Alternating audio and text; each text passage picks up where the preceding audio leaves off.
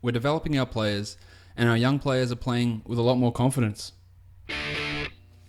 You are Locked On Fantasy Basketball, your daily podcast on fantasy basketball. Part of the Locked On Podcast Network, your team every day.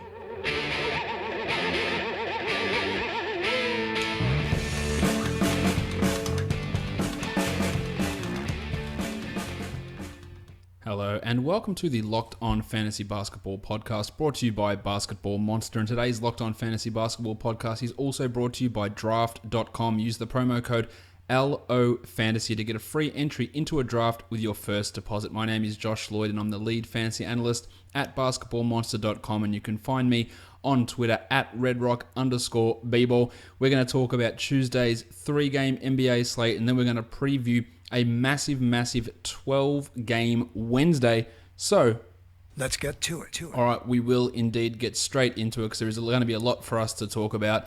We will start with the monstrous line of the night, and of course, that goes to LeBron James. Yeah, it does. LeBron was pretty good. Once again, 39, 1, and 7, and he didn't get that one rebound until very, very late in the game. 7 assists, 3 steals, 2 blocks, and he hit 6 triples, 14 of 22 from the field, and made all 5 of his free throws. At the way things currently stand, he is the number one player in fantasy. It's been a long time since LeBron's been the number one guy, but he has been extraordinary this season. 28, 8, and 9, over 2 threes, 1.5 steals, 1.1 blocks, 57% from the field, which is out of control. He hasn't got to that level since, I think, his second last season in Miami. He's also back to 78% from the line and hasn't been there for 5-6 years either, and 41% from 3, which is a career high mark for him. So his efficiency is through the roof, and this is all while he's carrying a team that's missing Kyrie Irving, obviously due to the trade, and Isaiah Thomas due to the injury. He has been an absolute stud this season, improving numbers. I can't believe that he is averaging these numbers. That they are really crazy. Look, the minutes will probably come down at some point when Isaiah Thomas returns. I think we all expect that the playing time will dip by a minute or two, but he's not going to come out there and play 31 minutes a night or 32, probably down to 36, maybe 35 and a half.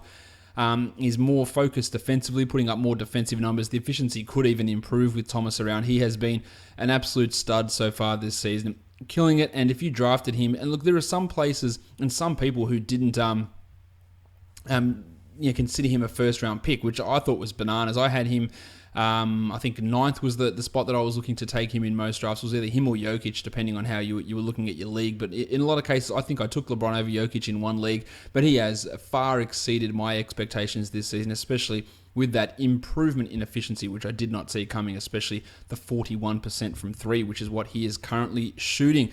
He has been monstrous, and he gets himself the monstrous line of the night for Tuesday's action. I need to tell you about a great sponsor of this show. They've been a great supporter of this podcast and the entire Locked On Podcast Network, as we have Draft Wednesdays right across the network, and that is the guys over at Draft.com. Did you know that your chances of winning on Draft are 80% better than on salary cap sites? Draft is a daily fantasy site, but it's not the standard site where you go and make your lineup based on player salaries and salary caps. It is just like a snake draft. So you go into a 3-person draft, 3 people in there, and you just take turns picking people. So like your regular season-long leagues, but for DFS. Draft is my new favorite fantasy site. No more getting crushed by the pros. And it's not just me. More than 1 million people have already downloaded Draft as well. You can play in a real live NBA draft right now and be done in under 5 minutes and get paid out the next day. Drafts are filling every second, so you can join one whenever you want. All new players get a free entry into a real money draft when you make your first deposit, but only if you use my promo code, which is LOFantasy. That's right, you can play in a real money draft for free just by using my promo code LOFantasy. There's never been a better time to go and try out Draft, and it gets even better. Draft is so sure that you'll love it, they're even offering Locked On Fantasy Basketball listeners a money-back guarantee up to $100. Just search Draft in your app store or go to draft.com and come play for free right now with that promo code LOFantasy. Let's talk about the waiver wire line of the night, and it goes to Frank Mason III of the Sacramento Kings. George Hill was out of this game with strep throat. De'Aaron Fox lasted only 11 minutes due to his quad contusion playing up, so Mason was able to put together one of his better games, 16 points on 7 of 9 shooting, 2 triples, 1 assist, 1 steal, and 2 blocks. It wasn't a massively high bar to clear with only 3 games on to get the waiver wire line of the night, and Hill does say he's going to be back for Wednesday. But if Fox has to miss some more time, logic would dictate that Mason would get more minutes. The problem is that logic doesn't always follow around Dave Yeager and what he does with his lineups. For example, the last game where Fox was out after halftime, we saw fewer minutes than Mason than we had in any other game previously. So weird stuff always does go on with Yeager. He's been putting up some okay numbers this season, Mason. He's a top 200 player over the last month. I think it's going to be a stretch for him to become a standard league guy this year, especially with Fox and Hill both there. Maybe if Hill gets traded at any point, Mason can move in and become maybe a top 170 guy. But I still think that that's maybe pushing it for him to become a 12-team league player. But he's been impressive. Hasn't come on unsustainable shooting or anything like that. He's been dishing his assists. He scores. He hits his threes. He gets steals in decent quantities as well. He's been fine. He hasn't been brilliant, but he's been better, I think, than you could expect a second-round pick as a third-string point guard to have been this season, and there are going to be opportunities for him to have decent performances. So he's a name to watch, but he's more a deeper league guy. I don't really value him massively highly in Dynasty either. I think he could perhaps have a couple of top 150 seasons in his career, but I don't think he's ever going to become a top 70 or top 80 sort of a guy, so bear that in mind when you're considering whether to trade for him or add him in Dynasty formats. The young gun of the night is Mason's Sacramento teammate, and that is Budrick Hield. 24 points for Bud, 5 rebounds, 2 assists with 3 threes and 3 steals on 9 of 19 shooting and 3 of 3 from the free throw line.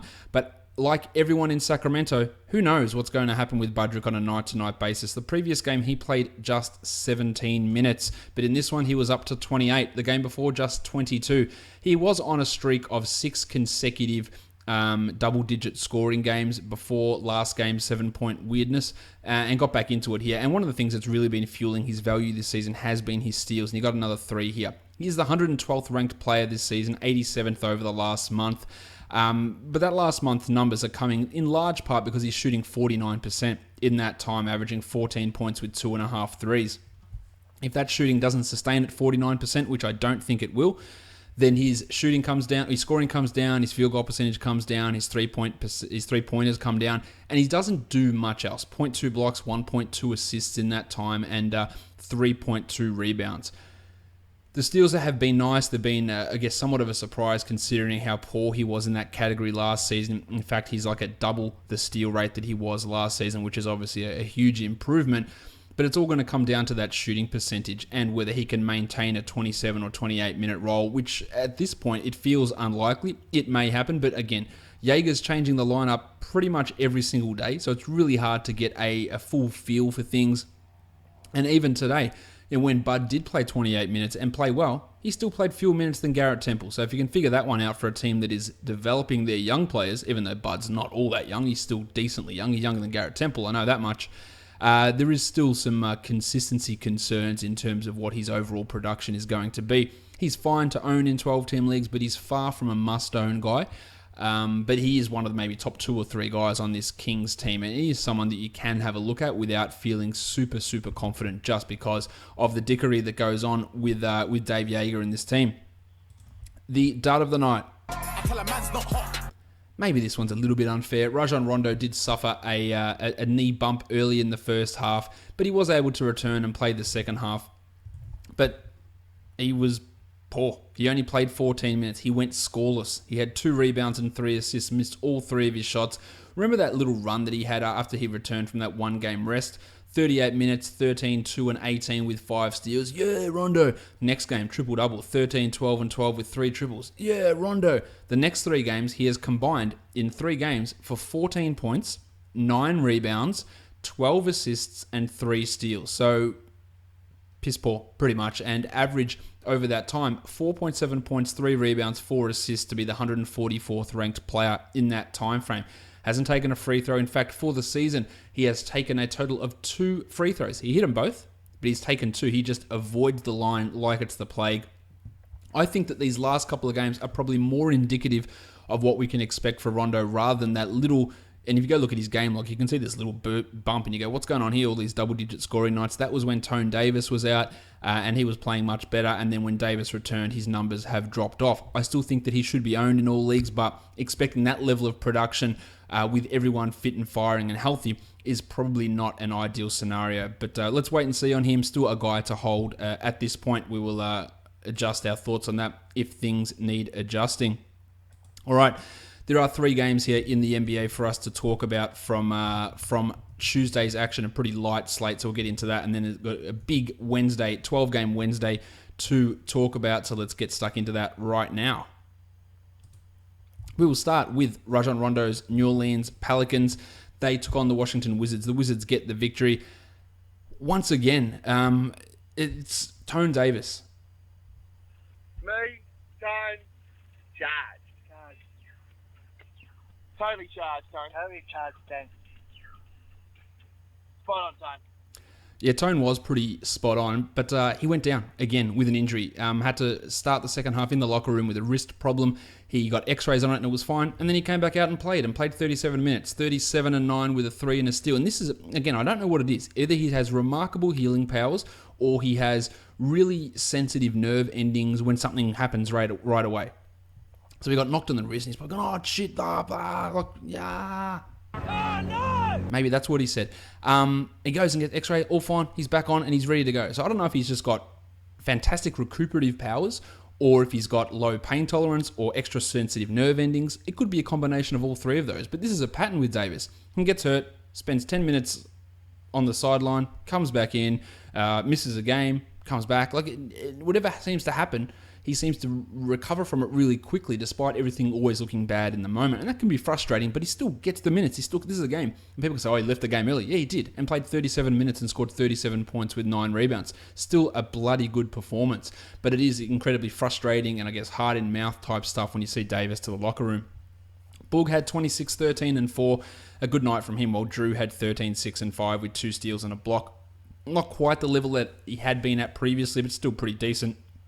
Or Etuan Moore's minutes were fine, 32 minutes, 12, 2 and 3 with 2 steals on 50% shooting. So he's an okay guy to own in 12-team leagues and probably should be owned in most of them. The minutes feel like they're going to be pretty stable, but it doesn't mean that he is going to be this top 100 beast, as he was a top 55 or top 60 guy at one stage, given how well he was shooting. In fact, he missed all 4 of his threes in this game, which if he had hit 2 of those like he'd been doing for big stretches, there would have been a much more sexy game from him. With Rondo limited, Ian Clark joined the rotation, 2 points in 17 minutes for Clarko, while Darius Miller had 2 points in his 25 minutes. Not much else to really talk about with the Pelicans. On to the Wizards, Brad Beal, a big game from him once more, 26, 5 and 4, did roll his ankle but played through it, 5 triples and 2 steals, and he is playing much better now that Johnny Wall is back. Speaking of Wall, 18, 6 and 10 with 4 triples. The minutes were good, 33. The shooting percentages were not just 33% from the field and 50% from the line. But it's good to see those minutes coming back after he missed some time with that knee injury. There was no Otto Porter Jr., so Kelly Oubre Jr. started in his place and played 30 minutes and did not much. 10, 2 and 1. I just don't know what I think of Oubre. Like, he has moments, but he's wildly inconsistent as he heads into his 3rd season. He's improved a lot, but he still isn't good.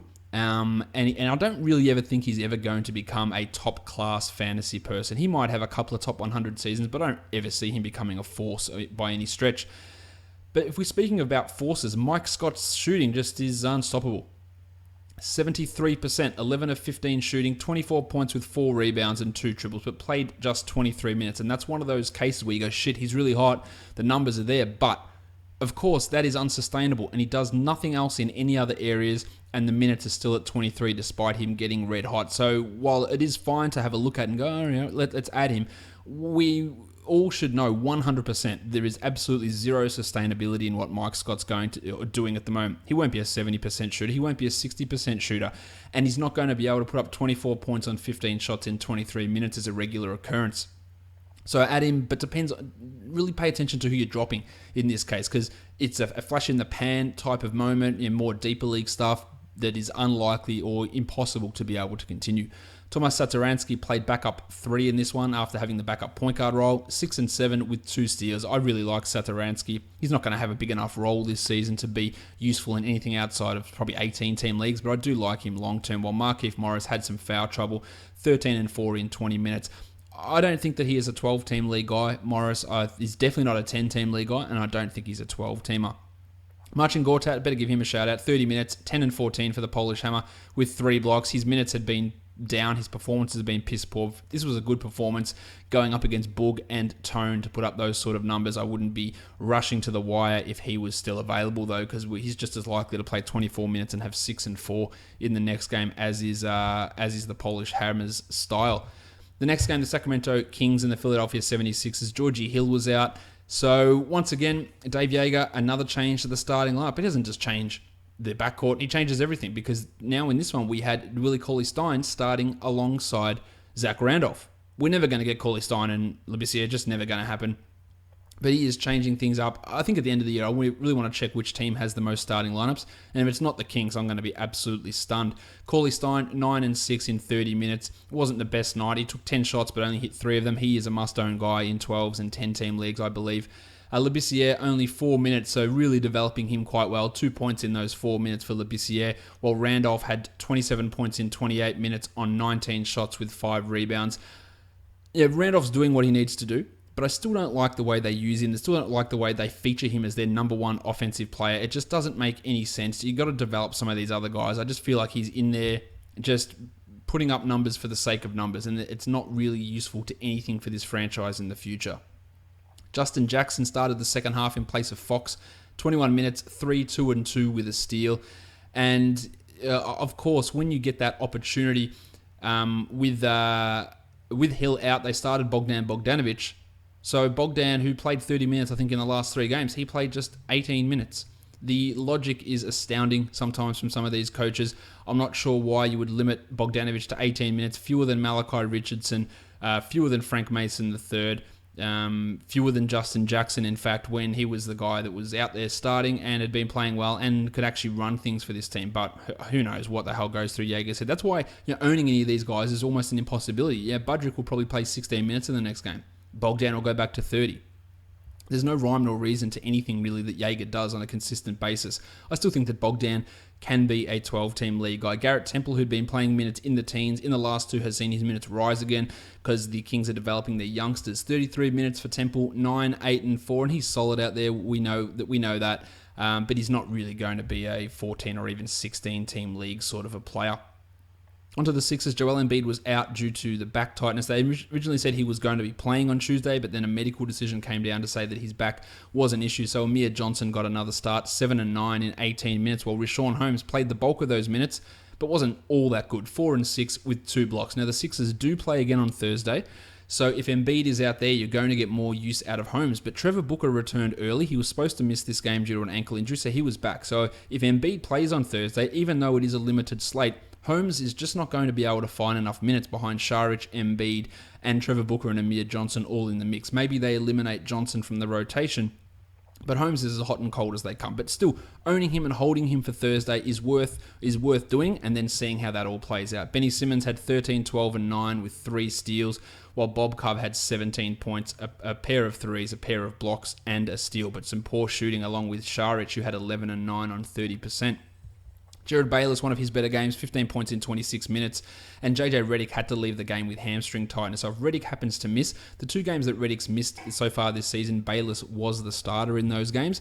So we could see some streamability for Thursday on Thursday for Bayless, but I don't think he's going to be a super strong guy. And in the last game, TJ McConnell played 31. He played just 21 here. So he could also draw the start if Redick happens to be out, but I think it's more likely to be Bayless with his shooting ability, or supposed shooting ability. The Milwaukee Bucks and the Cleveland Cavaliers, the Cavs had a massive comeback. They were down by about 20 points, I believe, got to about 3 points up and ended up losing by 3. Kevin Love, only 30 minutes, 21 and 10 with 5 triples. Ty Lue's just refusal to play him down the stretch in games is quite baffling. These are really good numbers for Love. He was playing well. And the refusal to do this, along with the impending return of Isaiah Thomas means that Love is going to lose some value. He's been really good this season, but he's going to lose some value. I've got no doubt about that. Jay Crowder played 36 minutes and had 10 and 6, which is just, it's not good enough for those sort of minutes. Of course, we're leaving him for the 16-team leagues. While Tristan Thompson eliminated Channing Frye from the rotation completely. 18 minutes for Tomo, 9 and 5, but he is just a deeper league guy. It was a strong game from Dwayne Wade as well. 14 and 4 with 2 steals and 4 triples in his 26 minutes after he missed the last game due to resting. He is more of a stream guy, so perfect stream for today, and a 14-team league sort of a player. The plumber, J.R. Smith, only 18 minutes in this one. He did struggle with some fouls. On to the Bucks. Now, I don't want to constantly bash Jason Kidd, but when he says just shit that is flat out wrong and stupid, it deserves to be said. Because with a couple of seconds left in the game, Chris Middleton went to the line with the Bucks up 2. He hit his first free throw to put the Bucks up by 3. Only a couple of seconds left, mind you, in this game. Put them up 3. And then Kidd, and I think one thing that gets forgotten about Kidd is he is an epic shit bloke. Like, beat his misses, drink driver, gets coaches fired as a player, forces his way out of organizations from front office power plays to get managerial power. He is just an outright shit bloke. Like, just does shit stuff all the time. And he's in over his head in this coaching gig. So, Middleton hits the first free throw, so the Bucks go up 3 with a couple of seconds on the clock. So, Kidd calls out to Chrissy, miss it. Miss the free throw. Which is a curious decision at that point, because obviously a made free throw would put you up by 4 with a couple of seconds left. Middleton did miss the 3. LeBron grabbed it, 3-quarter court heave, and it missed. Bucks win by 3. Kidd's a genius. Oh, we beat the Cavs. Good on us. But as I do say quite often, I probably haven't said it often enough recently, just because the result turns out the way you want it doesn't mean the process or the decision-making was correct. Because that decision is absolutely 100% incorrect. And then when asked about it, they said, Jason, did you tell Chris to miss the free throw? And he said yes. Because, and I'm not going to quote him because I don't have the exact quote in front of me, the reason he wanted him to miss the free throw is because he was worried about a 4-point play. Worried about a 4-point play. Now, if Middleton hit that second free throw, and he's a pretty good free throw shooter, the Bucks would have been up by 4. So even if they converted a 4-point play, the game would have been tied. They wouldn't have lost. So the free throw goes in, Cavs can get the ball inbound, and they can go down. All you do is you don't contest the shot. You put every person standing around the paint and no one contesting 3-point shots. So they can have the wide open 3-point shot. That's fine. And it goes in and they lose by 1. The Bucks, you can't hit a 4-point shot unless there's a foul. So don't contest the shots. Pretty simple in my mind. Instead, he wanted them to be up by 3 so that if the 3-point shot goes in, it's a tie and goes to overtime, which is what he was trying to avoid by not having a 4-point play go in. Like, it's not like a 4-point play could have even won the game for Cleveland if Middleton had to hit that shot. And this is not the first time he's done this. We saw it the other day when he was fouling the Pistons when they were up late because they wanted to play the game of quick twos and save their timeouts. So he did the job for them and saved their timeouts by fouling them when he was up by 3. It just stuff that up by 4. Sorry, he just has no concept of anything. It is really extraordinarily frustrating, and this stuff, it's basic maths, and I'm not sure he knows numbers. I'm not sure he understands it, because there is under no circumstance should you have been trying to miss that free throw. It is just confusing. Yanni played 40 minutes. Let's hope his legs don't fall off. 27, 14, and 8 with 2 steals for him. Bledsoe, 26 and 5 with 2 steals. He has been absolutely fantastic since joining Milwaukee, while the Muppet John Henson, 15 and 6 with 2 steals and a block. I believe he is a must-own player in 10 and 12 team leagues. Now, the Bucks got a bunch of guards back. Tone Snell was back. Matty Dellavedova was back. Jason Terry was back. So Jason Kidd made a change to his last game starting lineup where DeAndre Liggins was starting, but instead of reinserting previous starter Tone Snell in there, he decided to move Matthew Dellavedova into the starting lineup move Daly to the point guard spot, which I think is something he said specifically, we're going to move Daly to play point guard and move Bledsoe over to the 2, when you've got a Rookie of the Year point guard in Malcolm Brogdon sitting on the bench. Now, Dellavedova played, and he played 11 minutes. And I get the feeling that Kid is he's gonna love this, and he's gonna be like, oh, look at this, mate. I'm gonna put these bullshit Keith Bogan starters in, play them 10 minutes, and then run things after that. It just doesn't make sense. If you're gonna move Bledsoe to the 2, put Brogdon in at point guard. Real simple. Real simple. Now, Brogdon did play 30 minutes, 16 and 3 with 4 triples, but Daly was limited to 11 minutes. Jason Terry didn't play at all. And Tone Snell played just 23 minutes. So when Tone gets back up to 30 minutes, he was playing like 33 or 34 before his injury. Yeah, where does Brogdon go from there? 26, 27, like who knows how it's going to work. DeAndre Liggins still got his 16 minutes and put up 1 rebound and 1 assist. And it is still December, so Jason Terry and the vets, they need to be getting their playing time also. I just don't understand what this all means. Now, I'm still holding Brogdon, but the arrow is pointing in a really unflattering direction for where things are going to go. It's also good that we got 6 minutes out of Sterling Brown as well. Like, I'm not really sure what the purpose of that is with all these guards back. And of course, they did just sign Sean Kilpatrick, the sexy boy. They made him active for this game on his 2-way contract, so one of his days is up, and didn't play him at all because all the guards were back. And this is something that I did mention when talking about Kilpatrick. There's just going to be way too many guards here now that everyone's healthy. And I thought the fact that they signed him and wanted to use him meant that Daly or Snally or one of those guys is going to be out longer term. But no, they're all back the first day that Kilpatrick's around. So some weirdness going on with the Bucks, but really, that doesn't that shouldn't really surprise anybody. All right, that does it for all the action from Tuesday. I'm going to take a quick break, and then because we've got a lot to talk about. We've got 12 games for Wednesday to talk about. I'm going to come back and do that in a sec, but I've got another song by the band Con Etiquette. They sent their music through. So I believe yesterday I said the wrong name of their song, so I do apologize to Wes and the guys in Con Etiquette, but I'm going to play another one of your songs now. Hopefully I've got the names labeled right, otherwise I'm going to look like an idiot. But this is a song by Con Etiquette called 1, 2, 3, 4, and then we're going to be back to talk DFS for Wednesday.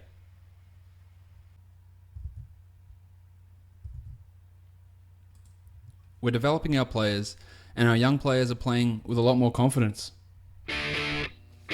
You are Locked On Fantasy Basketball, your daily podcast on fantasy basketball. Part of the Locked On Podcast Network, your team every day.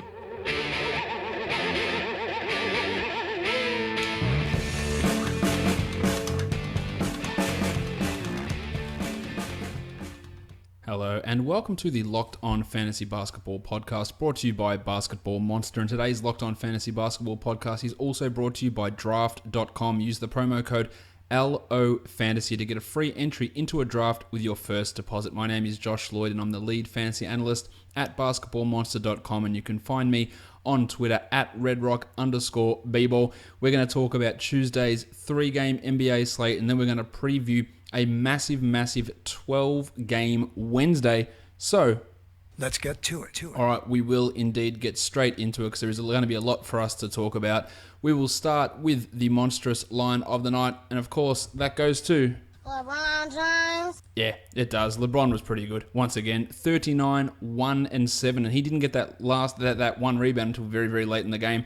7 assists, 3 steals, 2 blocks, and he hit 6 triples, 14 of 22 from the field, and made all 5 of his free throws. At the way things currently stand, he is the number 1 player in fantasy. It's been a long time since LeBron's been the number 1 guy, but he has been extraordinary this season. 28, 8, and 9, over 2 threes, 1.5 steals, 1.1 blocks, 57% from the field, which is out of control. He hasn't got to that level since, I think, his second last season in Miami. He's also back to 78% from the line and hasn't been there for 5-6 years either, and 41% from 3, which is a career high mark for him. So his efficiency is through the roof, and this is all while he's carrying a team that's missing Kyrie Irving, obviously due to the trade, and Isaiah Thomas due to the injury. He has been an absolute stud this season, improving numbers. I can't believe that he is averaging these numbers. That they are really crazy. Look, the minutes will probably come down at some point when Isaiah Thomas returns. I think we all expect that the playing time will dip by a minute or two, but he's not going to come out there and play 31 minutes a night or 32, probably down to 36, maybe 35 and a half. He's more focused defensively, putting up more defensive numbers. The efficiency could even improve with Thomas around. He has been an absolute stud so far this season, killing it. And if you drafted him, and look, there are some places and some people who didn't consider him a first-round pick, which I thought was bananas. I had him, I think ninth was the spot that I was looking to take him in most drafts. It was either him or Jokic, depending on how you were looking at your league. But in a lot of cases, I think I took LeBron over Jokic in one league, but he has far exceeded my expectations this season, especially with that. Let's talk point guards in this one. There's not a lot that I love in this game from a DFS point of view, to be honest. Kyle Lowry is at 8,500. I think he's a not bad option for 40 points here, but with 12 games on, I think you're going to be able to find better options for that salary. The Hornets have been pretty good in allowing opposition point guard to put up numbers, so Lowry could be used there, but I wouldn't feel super strong about looking at him as a cash guy. And then on the other side of things, you've got Kemba, who's $700 cheaper, $7,800 for Walker, and he's averaged 39 the last three times he's come up against Lowry and the Hornets. But this season, Lowry and the Raptors, the Raptors have been really stingy against opposition point guards, and Walker's recent numbers haven't been fantastic. So I think that, again, like Lowry, he's more of a tournament guy, not really a cash option. You've got Delon Wright, who's back, and that's going to cut into Freddie VanVleet's opportunities, and Michael Carter-Williams is not worth it. At shooting guard, Nick Batum has been playing much better of late, but his price at 6,300 is a little bit off-putting, but he's been consistently getting you around 30 points with 30 minutes, and that's not a bad play on this sort of a slate. He's got that 35 to 40 point upside. I think he's not a horrendous cash option, because even if his shot doesn't go in, he can rack up the assists, he can get rebounds, he can get some steals, and then if he comes up with a big offensive game, that can really turn the tables. Jez Lamb at 4,700. He had 28 in the last game, but he's a little bit limited. I wouldn't rely upon him for cash, and I don't think that his ceiling is really high enough to be considered, while 8,700 for DeMar DeRozan has struggled previously against Charlotte, so they could throw Michael Kidd-Gilchrist there. Batum's not a bad defender on him. 8,700, again, it's GPP worthy, but I'm not sure his upside is high enough, and I think his floor is sufficiently low that he is someone that I wouldn't be all that interested in. At small forward, Kidd-Gilchrist is at 5,000. He's coming off a big performance where he had 35 points, but relying upon Kidd-Gilchrist is not a winning strategy, I don't think. If Trevion Graham is out, I might consider Kidd-Gilchrist as a tournament guy, but his upside is not all that high. But if you get 35 out of him at $5,000, you'd be really, really wrapped. So if Graham is out, he is worth considering. Whereas the Jedi Anunoby at 4,000, not really feeling that. At power forward, Frank Kaminsky's up $500 to 4,100 on FanDuel. That's because he had 38 points in that last one. And if Graham is out, I think he is absolutely worth a look. Maybe for cash, but definitely for tournaments. I'd lean more tournament if Graham is in, but if Graham is out, I could consider him a cash option, but it's not like he has been overly consistent either. As for Ibaka at $6,000, if he plays, I'm in on him at 6,000. The only query I have is if he is going to play or not, but he would be a solid option who's been playing much, much better over the last 2 weeks. Marv Williams, no thanks. At center, Dwighty Howard, 8,200. I think in terms of cash plays in this game, he's probably as close to it as it gets. Real chance for 38 to 42 points in that sort of range, which is nice at that salary. A decent sized floor on him as well. You got Valanciunas as an option too, but he's at 5,500. But if Ibaka is out, he had 43 in that last game. If Ibaka is out, I would feel much, much better with going for Jonas. We already know that Bebe Nogueira has been ruled out, so it's only Poeltl and Valanciunas. And I think you might get a 27-21 minute split between those guys. And Valanciunas, if he gets 27 minutes, we know he's got that ability to put up numbers to bring back that salary. So if Serge is out, I do really like Jonas in this matchup. Let's have a look at this over on DraftKings now. More value on DraftKings than there is on FanDuel, but still, with a 12-game slate, we're not looking to really stack this game in general. I like Dwight at 7,600, but I really, really like Nick Batum at 5,700. I think that's super strong for him. I think he's a really, really good chance of getting 5 and probably 6x worth of value in this one. Kemba Walker's also much more appealing over on DraftKings at 7,100. His last 3 games with DraftKings scorings against the Raptors have yielded 42 points, while Kyle Lowry at 8,200. I would rather go with $1,100 less on Walker than take Lowry there. 8,300 for DeMar DeRozan. is also much more appealing over on DraftKings than on FanDuel, but still not my greatest option, where Valanciunas is only in play, I believe, if Ibaka sits, whereas if Ibaka plays at 5,900, I think that's definitely playable. Let's get on to the next one. We've got the Miami Heat and the Boston Celtics. The Celtics are favored by 8, and the total is 200.5 points. Originally, Daniel Tice was ruled out of this game, having his nose reset, but he has been upgraded to questionable. I want to talk about blokes who are like Wolverine. Tice gets ruled out of things, and then he's back and playing. Oh, he's not going to be on the road trip, miss the next 2 games, and he plays them. Oh, he's going to miss the next game due to surgery. Nah, I'm back. Don't worry about me. So he is in business there. The ones we want to check on, though, of course, are for Miami. Goran Dragic is questionable. It looks like he's leaning towards playing, whereas Justice Winslow is doubtful with a knee strain that's make him cop a few games on the sidelines. With Winslow out, Jordan Mickey, Bam Adebayo, and Kelly Olynyk, and Jim Johnson's out, of course, as is Whiteside. So those 3 blokes are going to have to carry the bulk of those minutes in the front court, and there's value in all those. And if Dragic is out, that opens up for Joshie Richardson more, and of course for Tyler Johnson. But I do expect Dragic to play. At point guard, Terry Rozier's at $4,000. Yeah, I don't see that. Kyrie's at $8,000. The Heat have been a troublesome team for point guards this season, but I think Kyrie at $8,000 is a strong cash play on this slate, whereas Dragic at 6,100 has just been completely underwhelming. Maybe that's to do with his elbow, and even if he plays, I'm not going to be considering him a play. Tyler Johnson at 4,500 is definitely one that I'd want to lock in cash if we hear that Dragic is unavailable.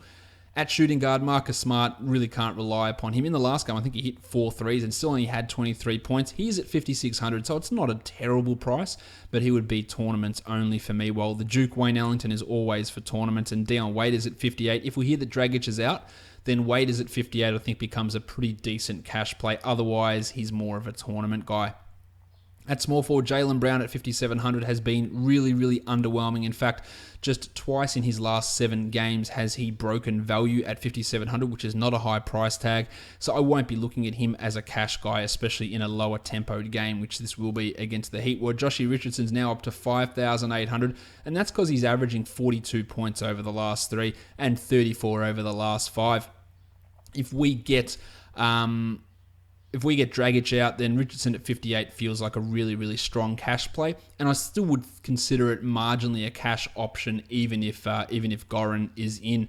At power forward, Jordy Mickey at $4,000. I love that. I think that's actually got cash value in this one because we're assuming that Winslow's out, so I do really like Jordy Mickey at $4,000. He's averaging 25 over the last 3 games. He does it with blocks, high rebounding, and can be a really decent DFS play.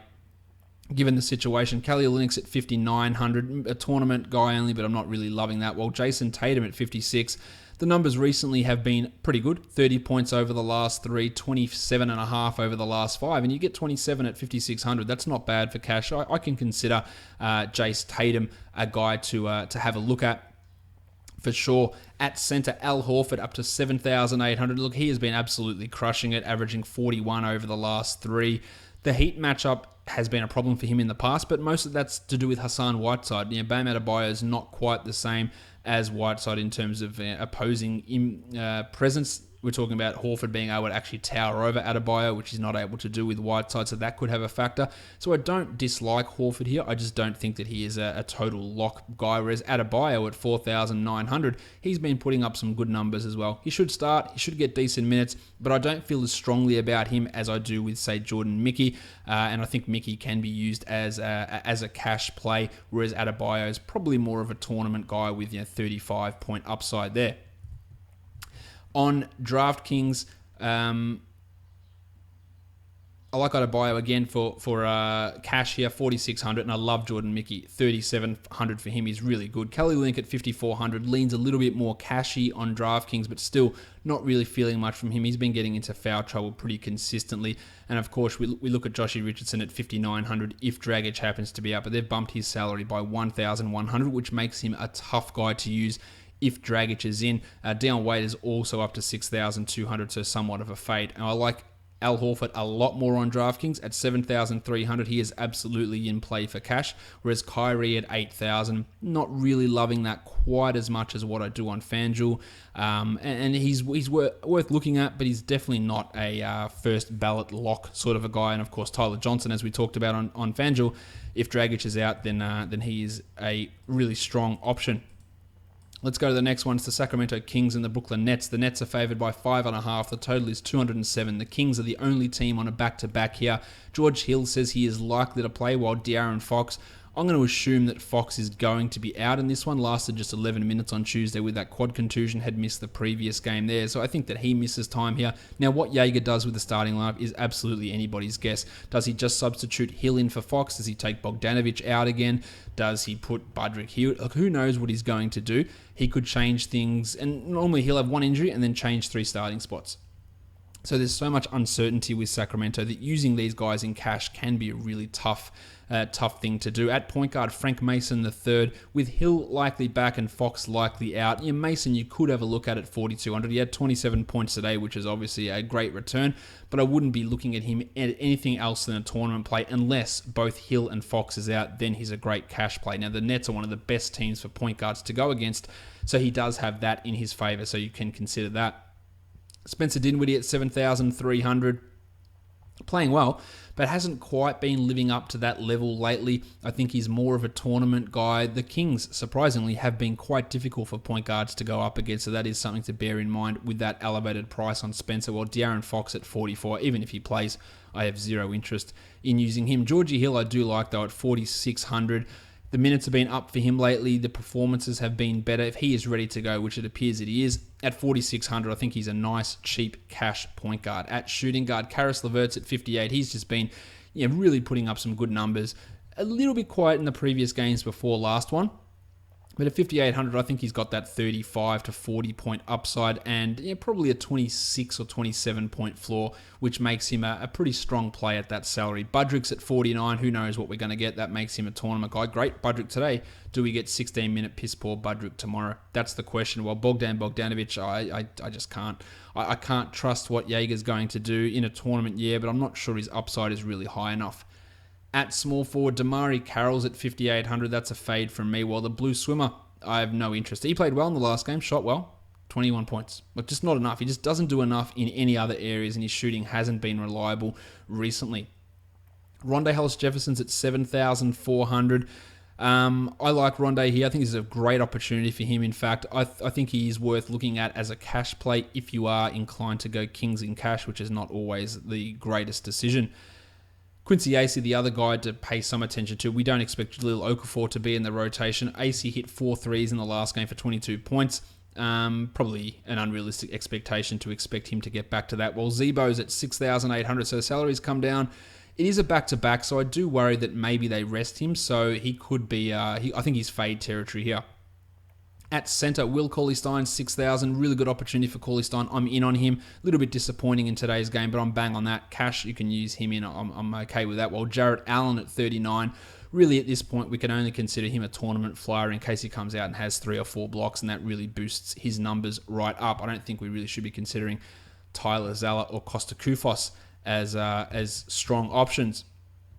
On DraftKings, Carroll at 4,900 is a world of difference to his price on FanDuel, so I like Damari there at that price. Now, his recent performances haven't been great, averaging under 20 over the last 5, but it's a good matchup, and I think he can get back in business and drop you a 25 to 27 point game, which is pretty good at 4,900.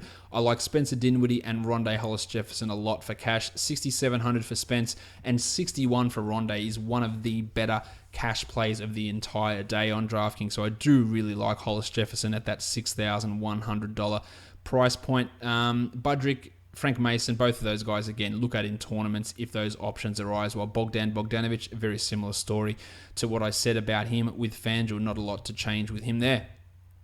Let's have a look at the next one. It is the Indiana Pacers and the Atlanta Hawks. The Hawks are favored by 4.5, and the total is 213.5 points. We don't have any indication that Miles Turner is going to be listed on the injury report, but he was questionable heading into the last game with a calf problem, and then he was shithoused during that game. So don't be surprised if we don't get Miles Turner in this one.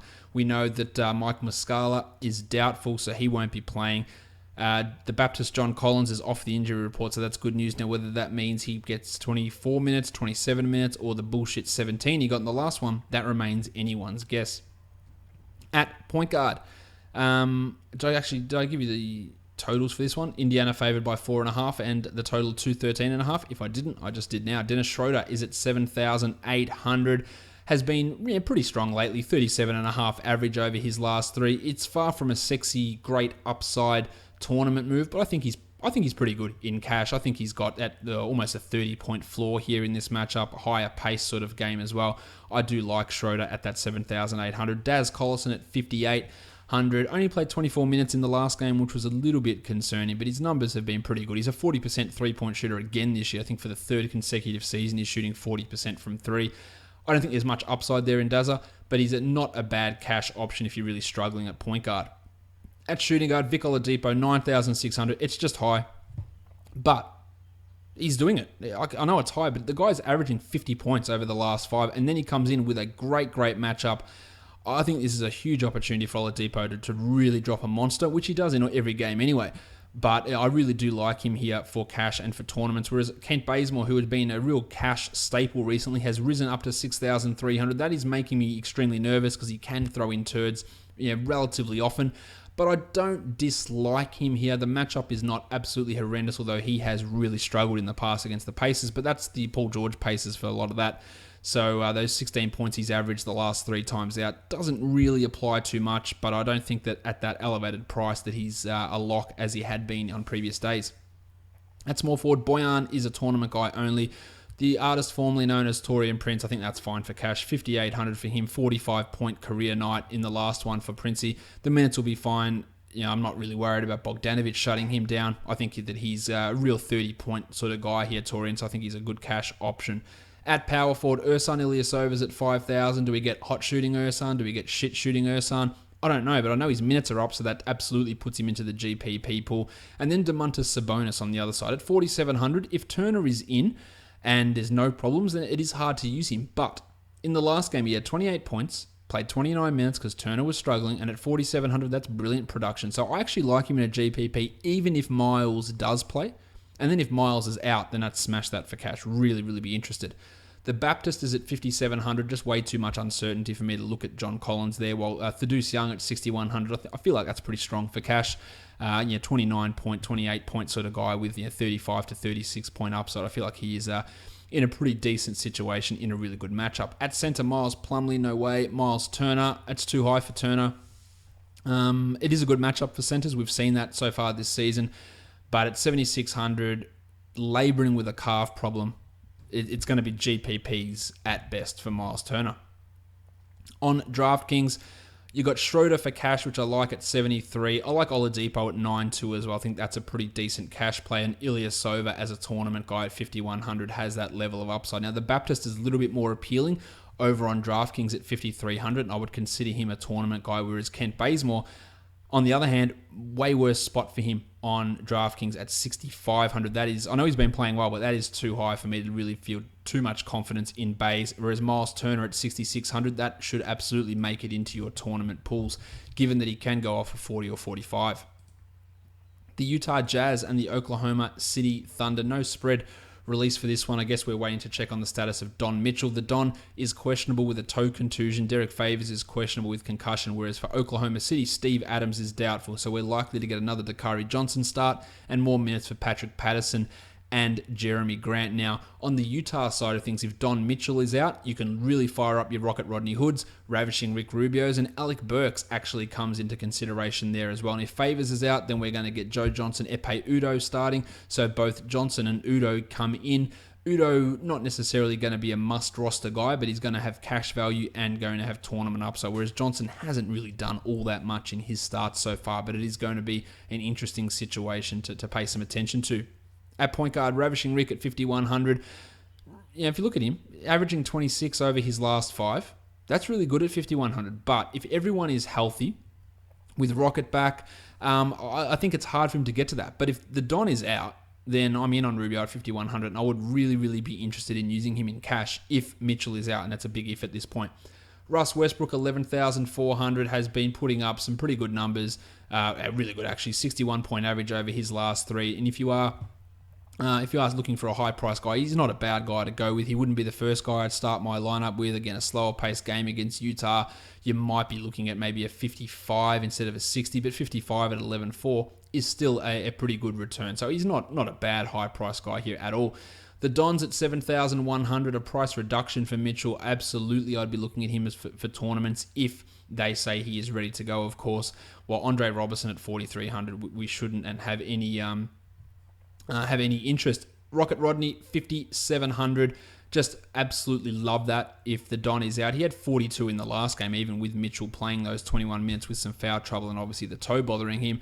But at 5,700, I like Rocket for 5,700 in cash if the Don plays, and I would use him in cash and tournaments if the Don is out.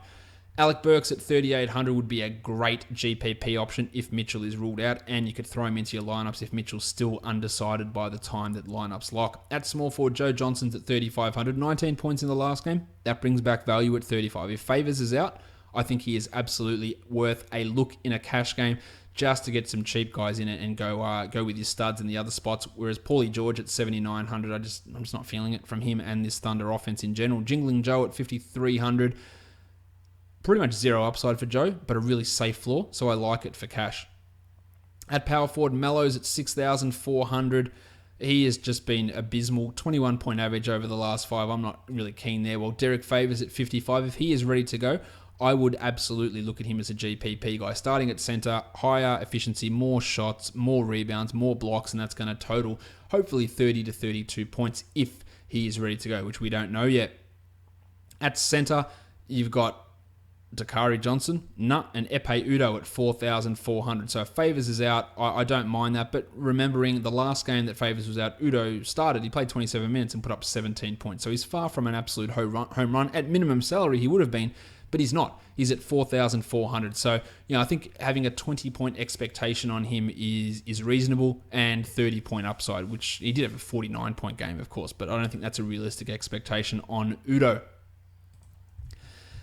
On DraftKings, not a lot to really love in this one. The Don at 6,600 is absolutely worth a look, and in fact, if he is cleared to play, I think he'd actually be worth a cash look, but we don't know that yet. Rocket Rodney at 56, of course, in cash.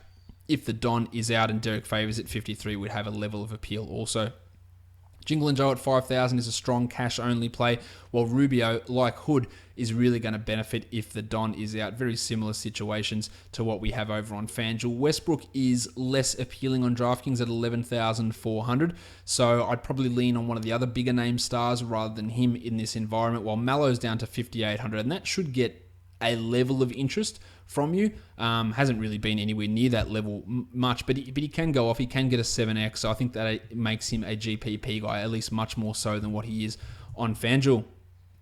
The next game, we've got the Lakers and the Houston Rockets. The Rockets are favored by 14. The total is 225.5. Kentavious Caldwell-Pope will not play because this game is outside the state of California, and his legal troubles prevent him from traveling, so he won't be in. The last game that he missed due to these legal issues, Josh Hart started and played 32 minutes. Now, whether that will be the case again remains to be seen, but that is definitely an option. We also know that Brook Lopez is out for the next 3 weeks or so. They started Kyle Kuzma in the second half. I don't know that they'll necessarily do that. I can imagine Luke Walton going with Andrew Bogut. They could also bring up Ivica Zubac or Tom Bryant there. But it's going to be Randall, it's going to be Kuzma, and it's going to be Nance who get the bulk of those minutes there with Lopez sidelined with some sort of token bullshit to either Bogut or Zubac. I'd be stunned if Zubac came in and played like 25 minutes. I would be stunned. At point guard, Chrissy Paul, 10,200. He's averaging just the casual 52.5 over the last 5. Absolutely just rocketing along. At 5,200 in a really, really good matchup. The blowout is probably the biggest concern here for Paul, so I would rather look at him as a GPP sort of a guy rather than a cash guy just because of that blowout risk. For Lonzo Ball, 7,400, he is delivering on a relatively consistent basis, and I don't actually hate that for him even in cash. Look, he's averaging 41 over the last 3, 40 over the last 5. His lowest score has been 26, which is not a disaster. I think he's fine for cash. I think he's going to get his numbers, and his shooting is coming around.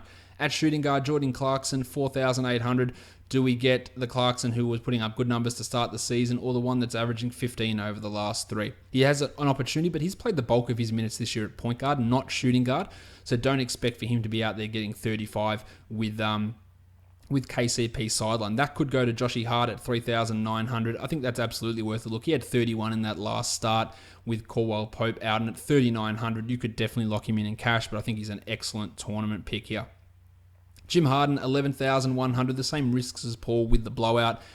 His numbers have been marginally muted, and he does have the sore knee, so he's probably somewhat of a fade here. But if you're looking for a consistent, at minimum 40 points, Jim's going to bring it with that 60-65 point upside. But yeah, given the circumstances, given the knee, given the blowout nature, probably a guy to look at more for tournaments than anything else. Brandon Ingram, 7,200, averaging 35 over his last 5, which is right on where it needs to be. I actually like him quite a bit for cash here, so I think he's a strong option, whereas PJ Tucker and Trevor Ariza, the two small forwards for Houston, just not really doing it for me. They just seem to be priced $400 to $500 too high for each of them. Yeah, Tucker could have a much larger role. Ariza's playing 40 minutes a night with Marmute's sideline, but it's not necessarily translating into big points. 24 a game over the last 3 for Trev. Despite the fact that he has played 42 minutes in those games, that's not a really great sign. If you want to go revenge games, Ariza did play for the Lakers at one point. It was a long time ago, but he did play for them. So maybe you want to go back into the way back machine for a revenge narrative. By all means, you can dial that up. At power forward, love Julius Randle here. Probably one of the best guys to build a lineup around, I believe. 5,500 on FanDuel, 32 in that last game in 31 minutes. He's going to have an opportunity to play big minutes, play a lot of center with Brookie out. And I really do like him here. He's not a great defender, but given that Houston can go small, Randall can hang in those small lineups, and I think that he is absolutely the guy that I would be interested in almost starting a lineup with. So I do really like him. Larry Nance at 49, probably more of a tournament guy, while the future MVP Kyle Kuzma at 5,400, almost a cash lock as well, given the extra opportunity he should be afforded with Lopez sidelined.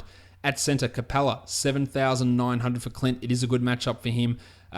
He's been killing it. He had 57 in the last game, which is obviously sensational, averaging 40 over his last 5.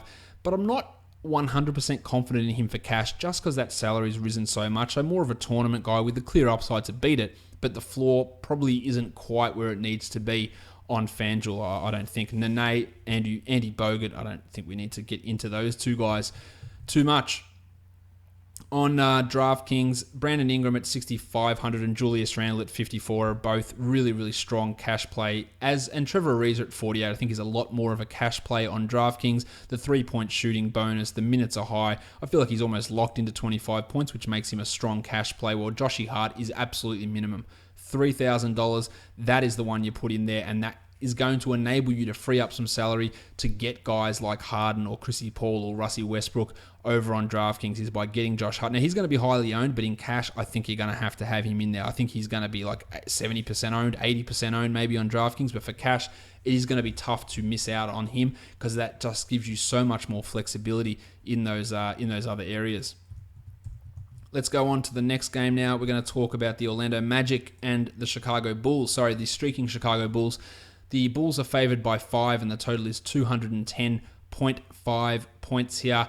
Aaron Gordon has been ruled out. Evan Fournier is doubtful, and Aaron Aflalo is questionable for Orlando. So we're going to be getting, hopefully, more Mario Hezonja goodness, some more Wezawundu perhaps.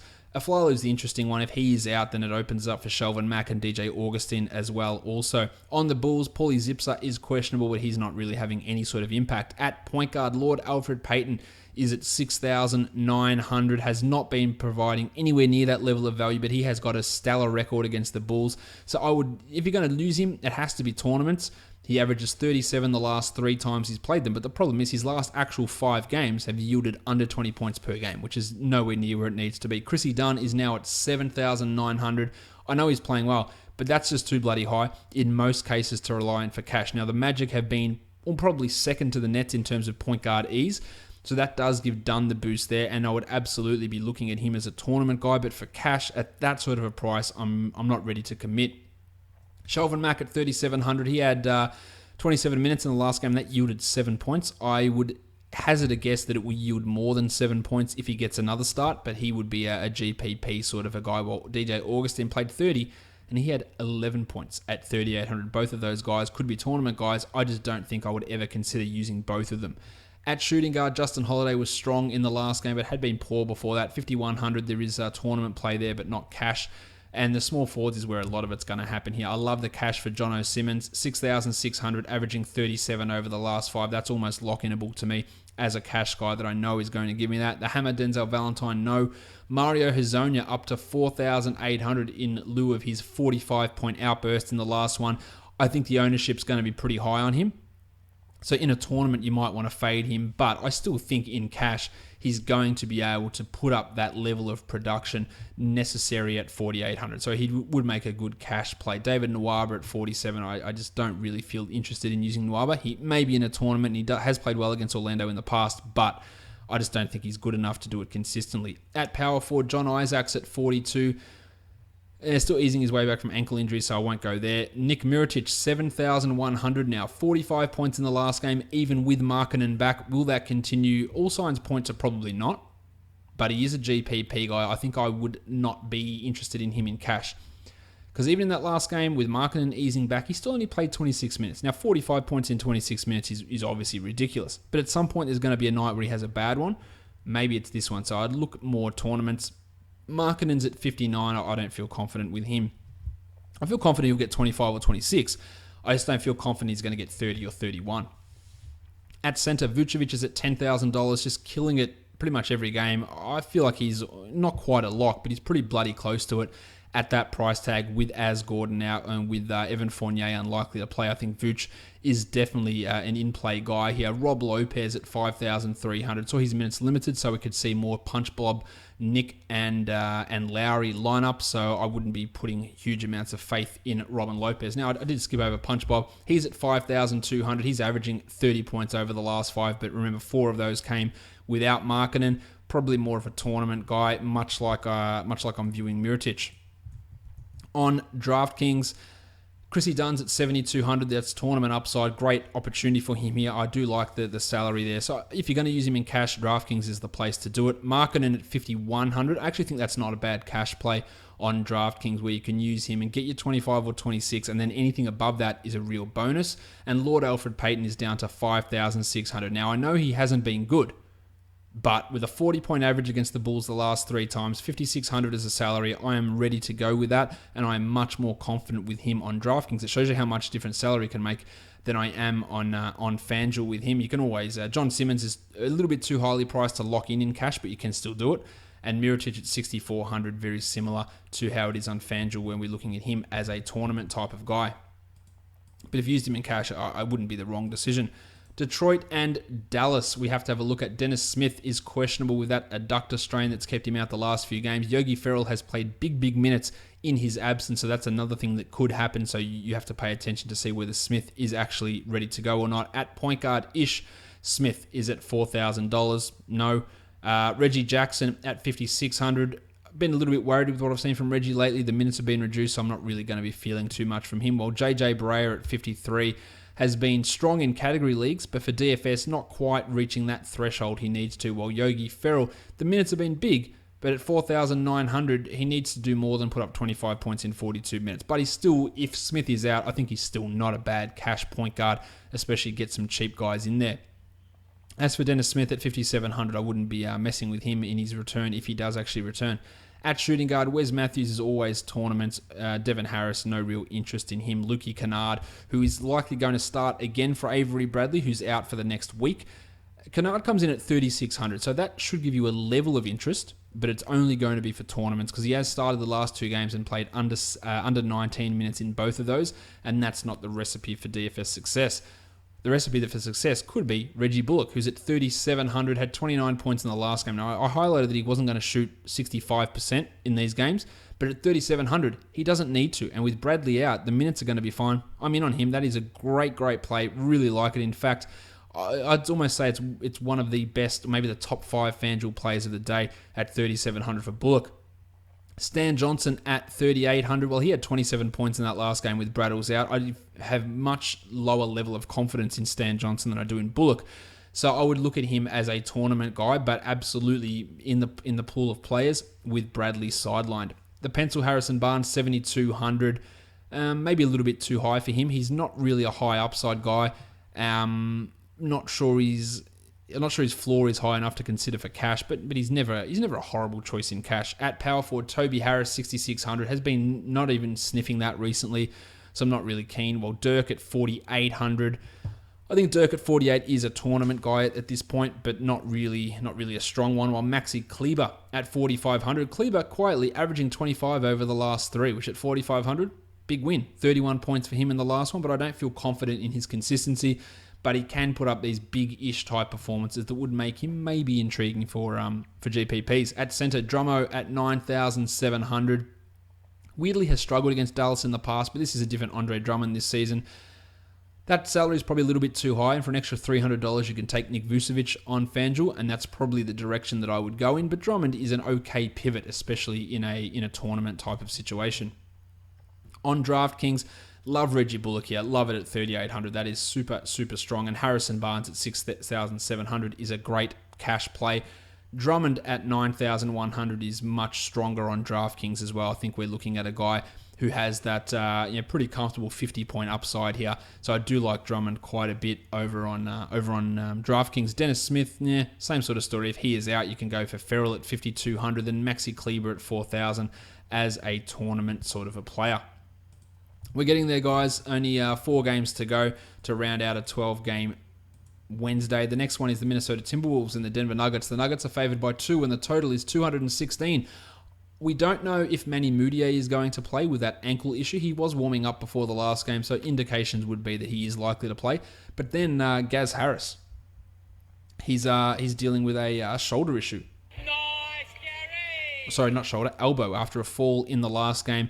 If he is out, then it's going to open up minutes for Fart and Will Barton. It's going to solidify Torrey Craig, and it's going to make Malik Beasley a little bit more interesting for Denver. We don't know how Dr. Malone is going to view Nick Jokic, whether he starts him and plays him 30 minutes, what he does with Fart and Will Barton. But we know one thing for sure is if there's one player on this team that Malone's given the Dutch rudder to, it is Torrey Craig. So that's going to have an impact on Barton if Gaz plays. Because if Gaz plays, I think it's going to really limit what Fart and Will Barton's going to be able to do. So it is something to pay some sort of attention to. Let's have a squiz at the point guards in this one. The Blue Arrow at 5,600. Who knows what Malone's going to do? He played him just 25 minutes for 14 points in the last game, and even including that one, he's averaging 33 over the last 3. So some wild inconsistencies from Malone in terms of his use of Murray. I'd be okay with looking at Jamal as a tournament guy, and I wouldn't actually despise it as a cash play. And then we've got Jeff Teague, who comes in at 6,400. A good matchup for Teague, but his numbers have been struggling, so I would probably lead to a fade on Tego. Gaz Harris at 6,700, been putting up strong numbers. I think that's fine for cash for Gaza. Well, Wigo's at 6,100, and he has just been the definition of putrid. But he does have 40-point upside. I just don't think he's going to get there. If you want to run him into a tournament, sure. I personally wouldn't. Fart and Will Barton at 6,200. My confidence is sapped in him, especially with the newfound love of Torrey Craig. That is going to limit Barton a little bit, so I'm not really all that keen on using him. If Gaz is out, I'd be more into using into Farton there. Jamal Crawford had 29 in his last game. That brings his 5-game average up to 15. So it shows you how piss poor he'd been prior to that, so not really looking at that too much. While Beasley at minimum salary, you could throw Malik into a tournament if Gaz and Manny are both out. These small forwards, Baby Neck, Wilson Chandler, 4,700 for Baby Neck. He had 31 in the last game. If Gaza is out, I think that Wilson is a guy to have a look at. I don't feel overly strongly about using him though, whereas Jim Butler killing it, 9,400 for Jim. I think that's a really, really good option to use him in a cash type situation. I think that's really strong. He had 59 in the last game despite dealing with back problems. I think he's got a real opportunity for another monster performance. Torrey Craig at 3,700. Despite the big minutes and hitting every one of his shots, he still only put up 23 in that last game. So expecting a perfect 100% shooting night from Craig is probably unrealistic, meaning that I don't know how high his upside actually is, because that's probably the perfect game from Torrey Craig. 30 minutes, 5 of 5 shooting, and still yields just 23 DFS points. Can you use him in cash at 3,700? Sure. And that can enable you to get Jim Butler in and to get Westbrook in or your Jim Hardens in. That might be an okay option, but I don't think he's really got 30-point upside at all, which sort of takes him away from being a tournament player. I like Taj Gibson in cash at 5,700. A poor performance from him in the last game, but you can almost write 27 in permanent marker for Taj, and that's what you're going to get. Whereas Trey Lyles, a guy that is killing it, he's at 4,800. Not worried about Ken Fareed. I think that Lyles is pretty steady at that number, and I think that's not a bad cash one to have a look at 4,800. I thought they would have bumped his salary up more than that. At the center, Nick Jokic, 8,700, absolutely a GPP guy. Because we know how good he is, we just don't know what Malone is going to do, and that makes him a hard guy to rely upon in cash lineups. Whereas Townsie's at 10,300, 55-point average the last 3 times he's matched up against Jokic. I think that at 10.3, he's a viable alternative to Nick Vucevic and a preferable one to Andre Drummond if you're looking at high-priced centers. So he is absolutely worth a look, even in a cash situation, although the frustration from Tom Thibodeau could come out and we could see his shots limited, although that hasn't really been too much of a problem lately, thank God. Over on DraftKings, Townsie's at 9,000. Now, that's a super good price, so I love that for tournaments. I love it for cash, whereas Jokic at 81, still more of a GPP sort of guy. Most other things sort of fall similar to as I was discussing on FanDuel. Farton, Will Barton, a play if Gaz is out. Jamal Murray as a tournament type of guy, and Trey Lyles, they have bumped him a little bit more on DraftKings, so he's the same price as FanDuel, but of course, same price means less value given the salary structure. He's at 4,800, but averaging 30 over the last 3, so no reason why you can't consider him someone that you want to use, while Torrey Craig's at 36, the same sort of concerns I had for him on FanDuel apply for him on DraftKings. Let's get into the next game now. It is the San Antonio Spurs and the Portland Trail Blazers. The Spurs are going to be without Kawhi Leonard. They're going to be without Tone Parker on the first night of a back-to-back. And we've seen over the last few back-to-backs, Pop has gone crazy, pulling guys at halftime, and then also not allowing them to play in that second half. Giggity. No, but in all seriousness, you've seen Dan Green not play the second half, Pau Gasol not play the second half, Rudy Gay not play the second half, Pat Mills not play the second half. I don't know if that's what he'll do here, but it is a distinct possibility. So using those regular Spurs contributors is fraught with danger. But the opportunity opened up with Leonard and Parker out is real. So DeJounte Murray at 4,300 as a point guard is someone you absolutely have to be looking at. In fact, I think that's almost a cash lock type of a guy. Really, really like that. Pat Mills at 3,700. You look at that and you go, that looks fantastic. And if Dan Green misses, maybe he gets some of those shooting guard minutes there as well as backup point guard minutes. And at 3,700, that's so cheap. But Millsy's averaging only 17 over his last 5. But the increased opportunity could allow him to have a bigger game. So I don't actually hate him for cash either. Dame Lillard at 8,800, not a bad cash play. Prefer Kyrie in that 8,000 price range. But Lillard is averaging 40 over his last 5. I'd want it to be a little bit higher. And I don't feel super strong about using him against the Spurs, who do limit point guards pretty significantly.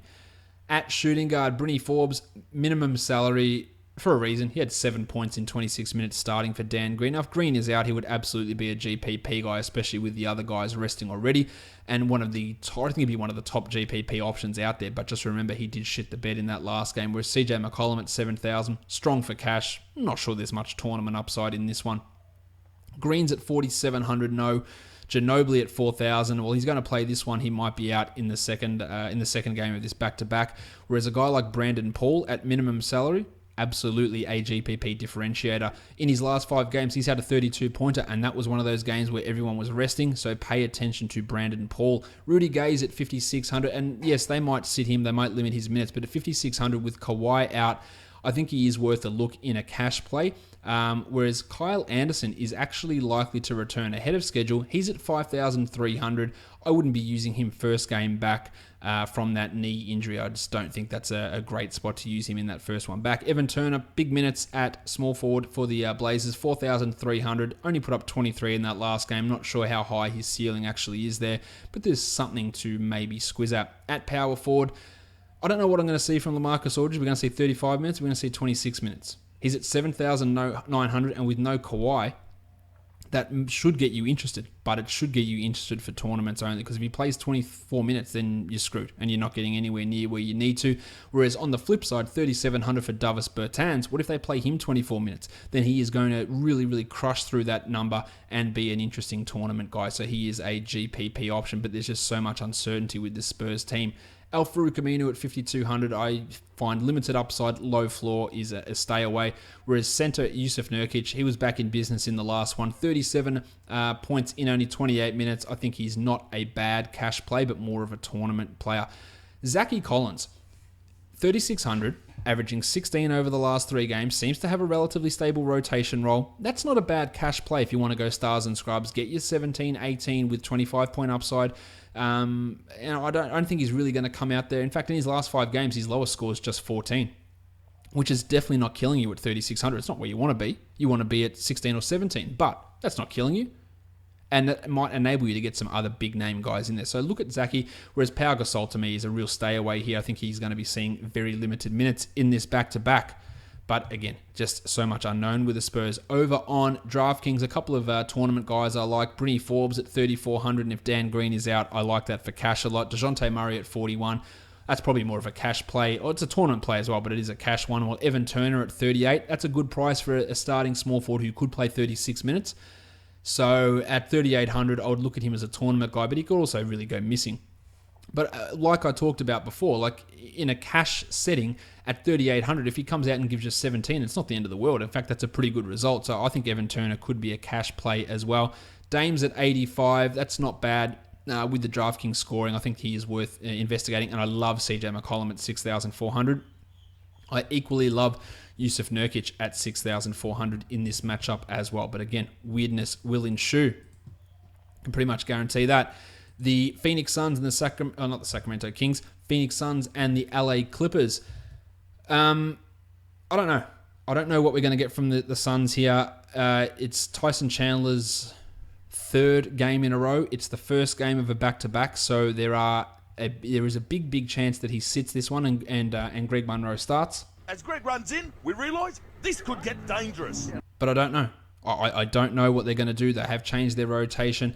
Alex Len seems like he is locked in a backup role until he's not. We thought that Mike James was locked into a starting role, and then we thought he was locked into a backup role, and now I don't even know that's going to be the case. What are we going to get from Isaiah Cannon? Just these Suns guys are so bloody hard to work out. For the Clippers, the rooster is out. Lou Williams has been upgraded to probable, while Wes Johnson is also out with that foot issue. So we're going to get some more Sammy Dekker. We're going to get some more CJ Williams, some more Jamil Wilson, some more just absolute crap shows going on in the wings there in the front court for the Clippers. At point guard, Milosh is at 5,400.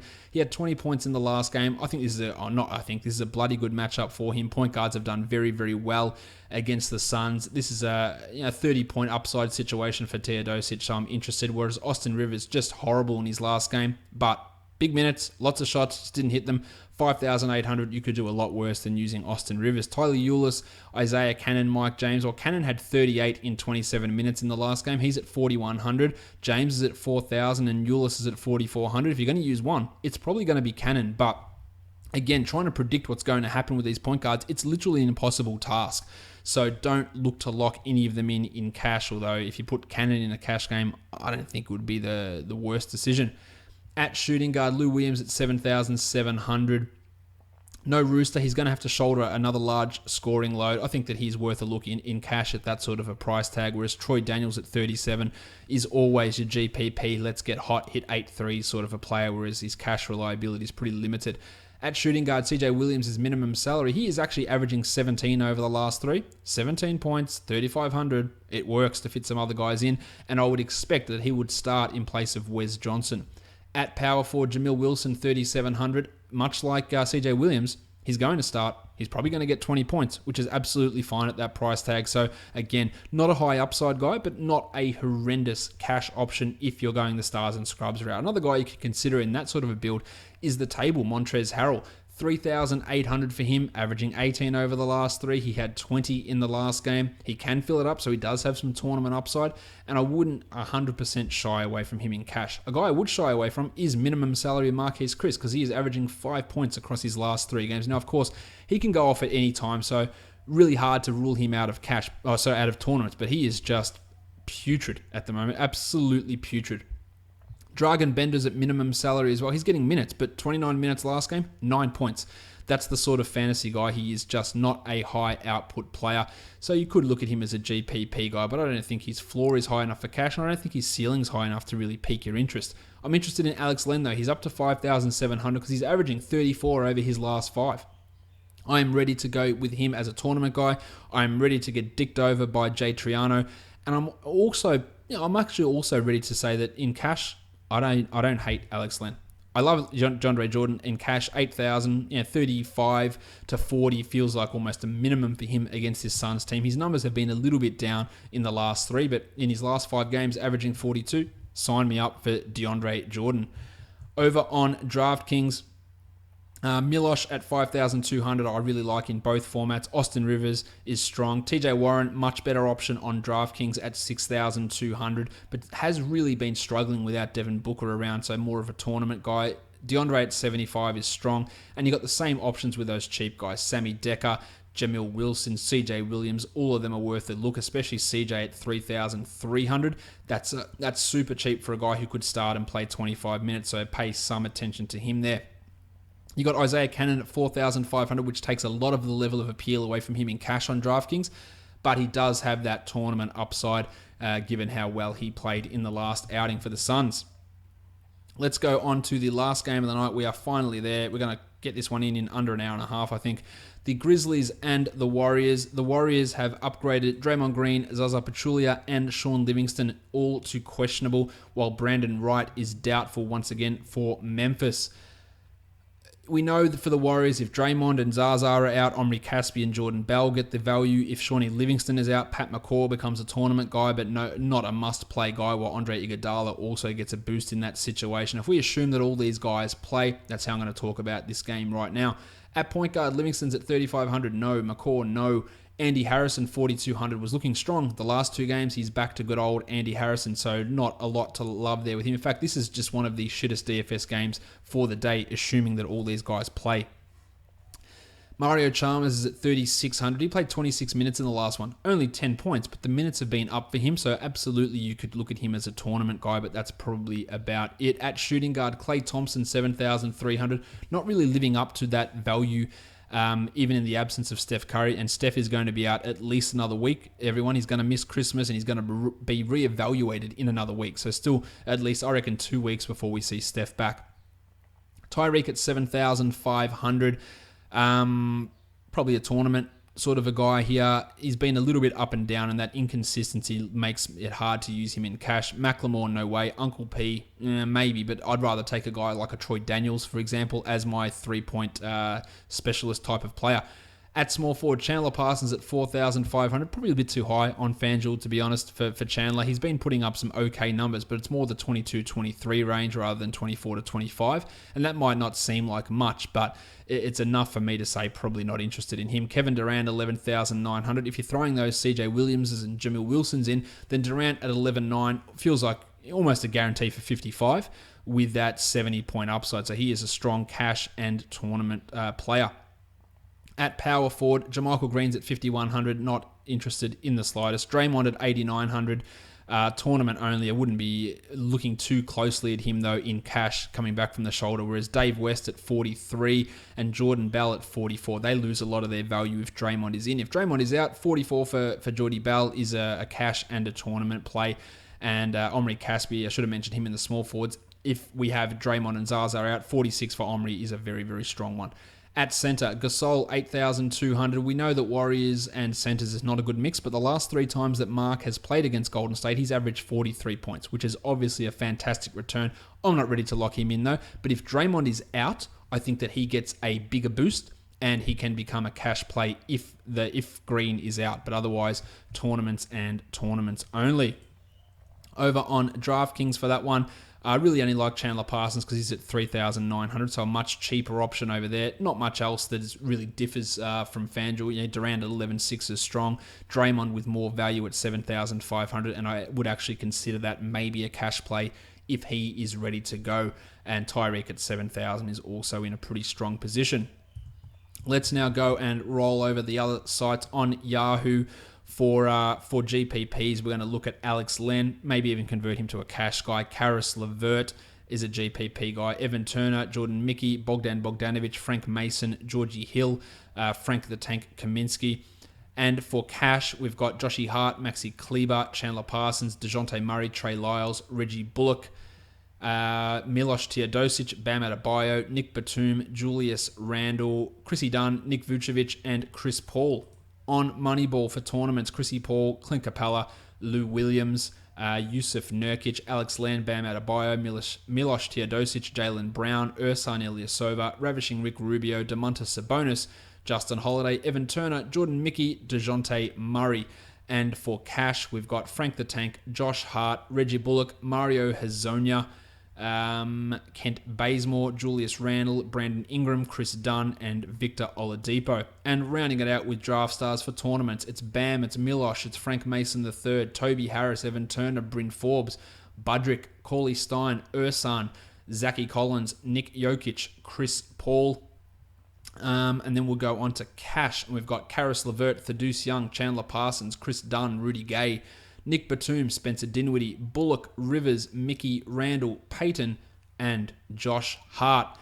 If you are listening to this on Apple Podcasts, leave a 5-star review and subscribe. It's a great way of helping the show, and it'd be great if you could do that. If you don't remember, my name is Josh Lloyd, and I am the lead fantasy analyst over at basketballmonster.com, and you can find me on Twitter at redrock_bball. You can also find the podcast on Google Play, on TuneIn, on Stitcher, and on Spotify, and of course on YouTube, where you can give it a thumbs up, give it a subscribe, and leave a comment below.